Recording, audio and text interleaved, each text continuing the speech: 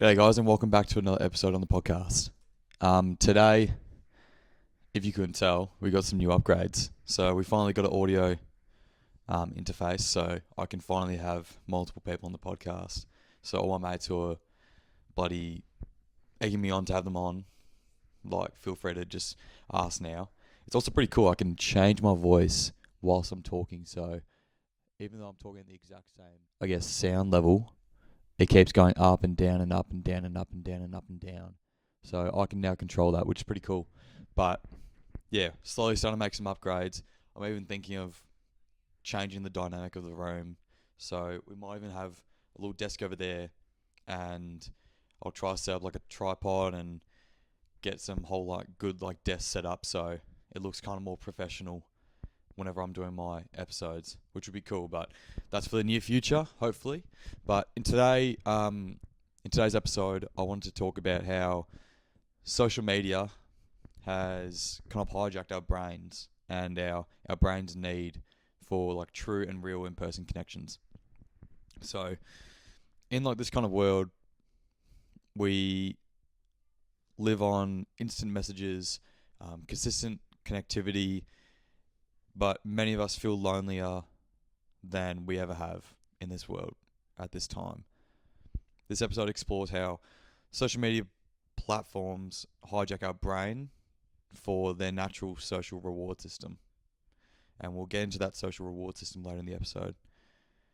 Also, how the social brain network evolved to crave in-person connection, and why digital interactions often leave us feeling emotionally unseen. We'll unpack neuroscience in this episode as well. So, behind the idea of likes over love, as well as the illusion of closeness online and what it's doing to our mental health. So, firstly, I want to talk about the social brain network. So, as humans, as we evolved, we navigate through in-person social environments, not digital interfaces, being our phones. This has been forgotten since a few years after the first phone was made, being around 2007, so almost 18 years ago, so almost as old as I am. And it eclipsed once social media became very apparent, which was in the mid-2000s, with your early popular ones that I actually had to search this up. I didn't know what MySpace was, but I knew what Facebook and Instagram, and they were probably the ones that skyrocketed and transformed the means and uses of social media that we now use today. So these platforms were kind of like the trendsetters for how we use social media today. Typically, the brain areas that are involved socially would be our medial prefrontal cortex. So this helps us understand others' thoughts, intentions, and their feelings as a brief kind of idea of what this part of the brain does. The temporal junction. This is critical for our empathy and theory of mind. The amygdala, which we talk about in episode 40 and 39. If you guys want to go check that out, get another idea of how the brain area works around performance anxiety, we talk about that. That assesses social safety and trust and a lot of other different things. And then the fusiform face area. This specializes in our facial recognition and emotion decoding. So understanding our facial expressions and what we read that as in a conversation or interacting with someone, and how we dictate their emotion from that facial expression. So when you talk to someone, an example is when you talk to someone face to face, your brain is reading all their micro expressions, right? So their tone and their eye contact. On Instagram, all of that just vanishes. The brain basically just flies blind and is just purely looking at the appearance of this person that you're looking at. And this is such a key aspect to why people nowadays are struggling with lust and infatuation in their intimate relationships, because a lot of their relationships nowadays are starting from social media, and they're not able to understand that person on a deeper level, emotionally and mentally and socially, because they're purely just taking into fact how they look and not how they act around people, how they make you feel when you talk to them. You have to wait, weeks, months, however it is, from when you start talking to that person online to when you see them in person and actually talk to them in person to see how different they are. Nextly, I want to talk about dopamine. So, social media platforms, they are literally engineered to exploit your dopamine levels and use them for their own good. So, the brain's reward chemical is dopamine. And in ways, dopamine practices, so practices that use your dopamine, they can mimic addiction. And so that's what social media has done. They've created all these different, reward notifications and different things that you do to exploit your dopamine, to keep you wanting more and constantly posting and engaging and all these different interactions on their app to keep it popular. So your dopamine spikes when you receive likes, comments, or messages on your post or your story or whatever on their app, in order to have this anticipation and craving for more. But this reward system is very short-lived, because the like is literally a 3-second notification that pops up on your phone and then goes away. That dopamine lasts for a couple seconds, and then you get another one, but it's from a person that you like. That dopamine lasts for a couple minutes, then it disappears, then you stop thinking about it. And so this short-lived dopamine reward, it lacks emotional depth, leading to like a dopamine deficit over time. And I guess a kind of example to put this into perspective for you guys is when you meet someone in person, or you catch up with someone in person. Let's say it's someone that you have a liking to, that you want to catch up on a date, and you have like a solid date or whatever, and you guys are catching up for 5-6 hours. It's like a whole day type of thing, and you go home, maybe text the person, say, "Hi, I had a great time," and that whole experience will probably be in your head for weeks on end, even months, because you're constantly thinking about it until the next time you potentially catch up with that person. Whereas if you had that person just like one of your photos or comment on one of your photos, you'll think about that notification and think, shit, maybe they like me. And then about 5-10 minutes later, you might tell your mate. That conversation might go on for 5-6 minutes. Then it'll be on to the next conversation, and you completely forget about it. So that dopamine lasts for 25 minutes, if that. Whereas when you go and catch up with this person in real life, you're constantly having that dopamine hit throughout the entire date, and after that date, whenever you think about it, when you think about the good things that happened on it, something that funny that happened, that is the emotional depth that you get from doing stuff socially and in person, and how it's more healthy for you. And I guess a kind of metaphor is like getting likes is just like eating junk food. It's fast, it's fun, it's good, it feels nice, but it doesn't nourish you. And the more you rely on it, the emptier you actually feel, right? When you eat junk food, all it does is spikes your ghrelin, which is your hunger hormone. It makes you feel hungry. And then you just keep feeling hungrier, and you want more likes, you want more comments, you want more chips, you want some nuggets, you want a frozen Coke. You keep wanting more junk food to help fulfill that emptiness in your stomach, or in the emotional term, the emptiness in your heart or your soul, to fill you up. You keep going back for more. You keep posting stories, you keep texting people. Whereas if you meet someone in person, spend the whole day with them, that's more rewarding. That's like having like a chicken with rice and plenty of vegetables and organic foods and a herbal tea. Whereas having like a large zinger box, whatever. When someone likes your photo because they think that you're attractive, it doesn't positively affect you and affect your brain in the same ways as when someone will compliment you in person. So it just goes to show that these in-person interactions matter so much more to us and to our own human bodies and our brain than these online interactions that we're craving for. Nextly, I want to go over the illusion of connection that social media and online interactions cause, commonly making you feel hollow inside.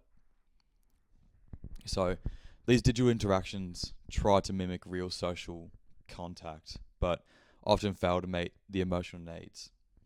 So, online messages, they lack the non-verbal cues, being your facial expressions, your eye contact, body language, and different gestures that you make whenever you talk or talk to someone. These make up 70 to 90% of your communication. So, an example is like you try to say something funny that's like somewhat aggressive in a text. A lot of people will commonly just take that as you being a cunt. Whereas if you say that in person and use the right tone and facial expressions, they will find it funny. Like I commonly do that. A lot of my texts when I'm taking the piss out of my mates come off as really aggressive, but it's because we're not in person. And a lot of the times I'll text them saying like, "Shit, that sounds really bad." Now I'm reading it back. I was meant to be taking the piss, but I just can't. It's something that you have to say in person. Additionally, social comparison is highly intensified online. People will just curate their lives online in order to make their life seem better than it actually is, leading to others feeling completely inadequate and excluded from any sort of interaction with them. And this is often why a lot of people like supermodels, males and females, who feel truly empty inside behind that screen and behind that photo and have mental health problems, they tend to post a lot more and a lot more of themselves looking good and having fun, or quote unquote having fun, than compared to people who are like subjectively attractive, right? So people who are attractive to certain people who are attracted to that person, they would post more than that person who is socially versatile. They have healthy and strong emotional relationship with themselves and with others, because these supermodels want others who take their profile at face value to have the perception that they are actually better than what they see and what they feel like. There's also this like idea online. It's called ambient awareness. So it's seeing updates but not interacting, and this creates this false sense of closeness without any real emotional reciprocation. I guess the easiest example of this that everyone says online is, how many comments do you see when a guy posts of his other guy mates saying how good he looks, whereas when a girl posts, how many comments of her girl mates are commenting how good she looks? And despite whether the girl likes her or not, they will comment. But I can almost guarantee that none of the blokes would comment, "Hey mate, you look so good in this photo," or "Geez, you look hot." Whereas the girls would comment the most sus shit ever. But like, that just goes to show a lot of the time females tend to have this ambient awareness of having this false narrative of them feeling closer than they actually are to each other, just because they want to be liked for this person who may have more followers or is socially considered popular by everyone. Whereas guys really don't give a shit at all. So despite us being more connected than ever with social media, we're also we have the loneliest. Despite us being more connected than ever through social media, we have the highest loneliness rates, and they're still rising. So in 2023, the US Surgeon General declared that loneliness and isolation is a public health crisis now. Because now, I feel like a lot more people in the US would experience this, but we are all just staying inside and sitting on our phones all day, every day. And Gen Z, the most digitally connected generation, supposedly, also reports the highest levels of loneliness out of all generations. Social media can replace real relationships, but it can't recreate them. So you can scroll through hundreds of people's lives every single day and still feel like no one sees you. And it's not a glitch in the system, it's just how the system was built. They did it on purpose to exploit you and use you just for their own benefit, being these social media platforms. 61% of adults in the US reported feeling lonely in 2020. And this was up from 54% in 2018. So having a 7% increase over just 2 years goes to show, especially during COVID, how poorly just being on our phones and not having social interactions can affect us. And a meta-analysis by Holt Lundstedt in 2015 showed that loneliness has the same health impact as smoking 15 cigarettes a day, which is just completely fucked.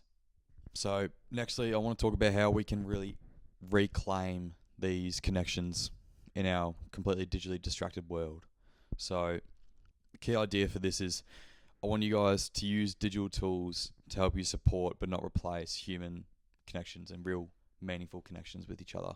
So I guess a practical way that you can do this is schedule phone calls to call one of your mates, or schedule in-person meetups instead of just liking their posts or commenting on their posts, or even just texting them on social media and asking how they are. Like, ask them to catch up for a coffee or a beer, or go out for drinks, or go out one night. And also use social media like intentionally. So like follow fewer people, engage more deeply. So a lot of the time when we see, especially at kids who are at a younger age, who finally realize like, shit, why do I follow so many people? There is no point in me doing this. And then they unfollow people. Their mates will immediately give them shit like, oh, why do you only follow 100 people? Like, what are you doing? A lot of time it's because they realize like, I'm not actually close to these people whatsoever. Like, I haven't talked to this person in 6 months, and I don't think I'm going to reconnect or see them ever again. Why do I feel the need to constantly just look at what they're doing? And like, I usually only follow people if I consistently see them, or like know a fair bit about them and they know a fair bit about me, and it's reciprocated. And I'll actually like text them and ask them about stuff and be more like in depth about what we talk about, not just like their post and comment a fucking love heart or something else. A good time, a good strategy to use as well if you're looking to just stay off your phone for a fair bit is just create like times of the day or habits in your day where it's a no phone zone, right? So things like this for me is like when I go to take my dog for a walk, I never take my phone with me, because time for me to just be present, look around, look at my surroundings, enjoy the environment that I'm in, and pay attention to like myself and my dog, right? Not being on my phone, not scrolling, not listening to music, no podcast, nothing. Times for me to just think. This can be the same like when you're making breakfast. Make breakfast without a phone, and then when you get to eat, you can finally use your phone. And same thing while I'm scripting my podcast episodes or I'm editing, I put my phone on Do Not Disturb to try and not go on it. So doing those little things can scrape off like an hour off your screen time and make you feel more present during the day and make you feel better. Also, last strategy is to like re-engage in like deep social rituals, right? So this can be anything from making sure you make eye contact with people when you're talking to them, to having a set schedule where you and a selected group of people go and do something. This is literally like having a gym partner, like myself, Fred, and sometimes Riley, who are two of my close mates where we all go to the same gym. Fred and I literally go every single Monday, Wednesday, Friday, unless he's at his girlfriend's house, or same thing with Riley, or unless Riley's just sleeping in and being lazy. But we have like these schedules that we stick to, right?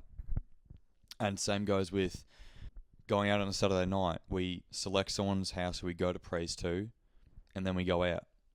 Because we have that more intimate kind of social connection, because we know when we're at the party, there's going to be like 15, 20 other people that we see there, and we're going to have conversations with everyone, and we're not going to be there with each other. So we may as well have a praise where it's just us. And this can also be like, if your mate lives close to you and you have a dog or you have a pet or you want to go kick the footy, like ask them to go instead of going by yourself, to have that kind of social connection and have someone to talk to if you need that. So to close off this episode, look, like social media can make us feel like we're surrounded by people, but in reality, many of us are just shouting into a digital void, shouting at our phone, looking at our phone, laughing at things that we're not a part of. The truth is our brains weren't built for likes and shares and comments. They were built for laughter, eye contact, catching up with people, laughing, silent moments, and meeting people and chatting to people and doing stuff that we shouldn't socially. If you feel alone online, you're not broken. It's just the system that was created. That brings us to the end of the episode, guys. Hope you all enjoyed this episode. And again, feel free to comment people that you want to have on the next episode, and also different things you want me to talk about in the next upcoming episodes as well. And we'll see you guys next week.